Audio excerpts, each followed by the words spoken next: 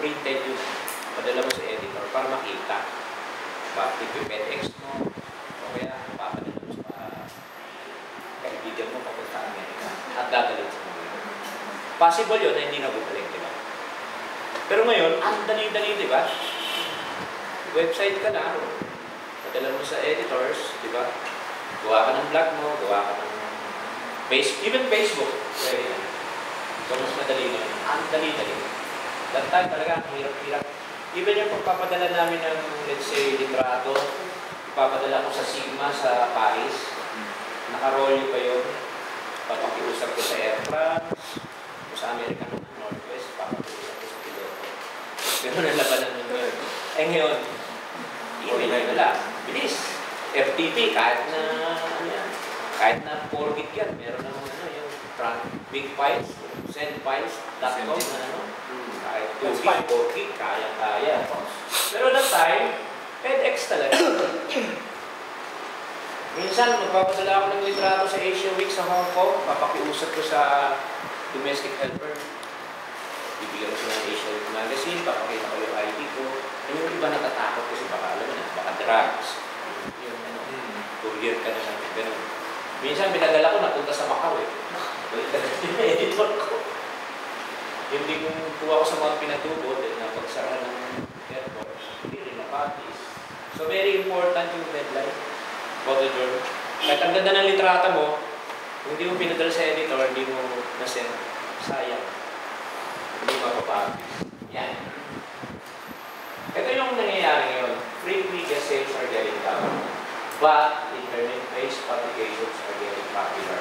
So, ang dami niyan. Ang dami, no? Kung hindi ka makapasok sa Inquirer, Philippine Star, o any local publication, hanap ka lang ng internet-based publication. Ang dami. Time Like, New York Times, ang dami. Bird.com, doon. Ang dami. Ito ang key. Go multimedia. No? Para mas mabilis mabenta yung litrato. Multimedia, lagyan mo ng audio, lagyan mo ng sound, ng music, di ba? Interview, tsaka narration. Tingnan mo so. Lahat, ang dami mong malaban. Dati, ilan lang kami dyan eh. Ngayon, pati mo naka-iPad, kalaban na. Visible ka naka-iPad. iPad 1, iPad 2. Diba? Ganun ang labanan ngayon. O kaya cellphone, di ba? iPhone. So, this is reality, you know? Challenged by citizen journalists. These are regular books. Kahit sino sa atin, pwede. Diba? CG. So, parang na-level yung labanan, ano? Na-level yung labanan. Dati, mga superstar lang pwede. Ngayon, kahit sino pwede mong mapatis, diba? Itigwin mo lang yung litrata mo. Okay na, diba? Yan. Medyo luman. Ano ba yan? Ano? Samsung hindi yata. Ayan, si sister. Ayan. Yan ang mga laban ngayon. Kahit sino pwede na.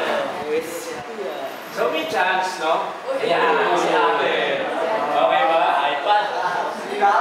Tumingin po sa akin. So yan ang ano yun. Ang daming nakalaban. Moment yung isa rin.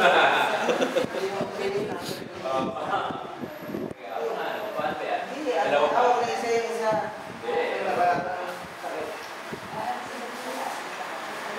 Ito yung bumagsak sa Hudson River. So, happy na nagkakapi yata yung photographer niya. Cellphone lang yata yun. iPhone lang yata. Tapos, sa quick pick yata, yun, kumita siya. Ang laki. Worldwide ang pinabili siya worldwide. Saan niya ang kapihan niya? Diba? So, the key is, lagi dapat ready kahit yung iPhone mo. Laging naka-ready. Ayan. Ito yung riots. So, mga ano lang to, citizen journalism na. Now, the future is capitalized on the rise of multimedia platforms, social networking sites. You can publish and promote your work. So, very easy, no? Hindi na kagaya ng dati. Yan, Twitter, Facebook. Okay ba mag-break muna tayo?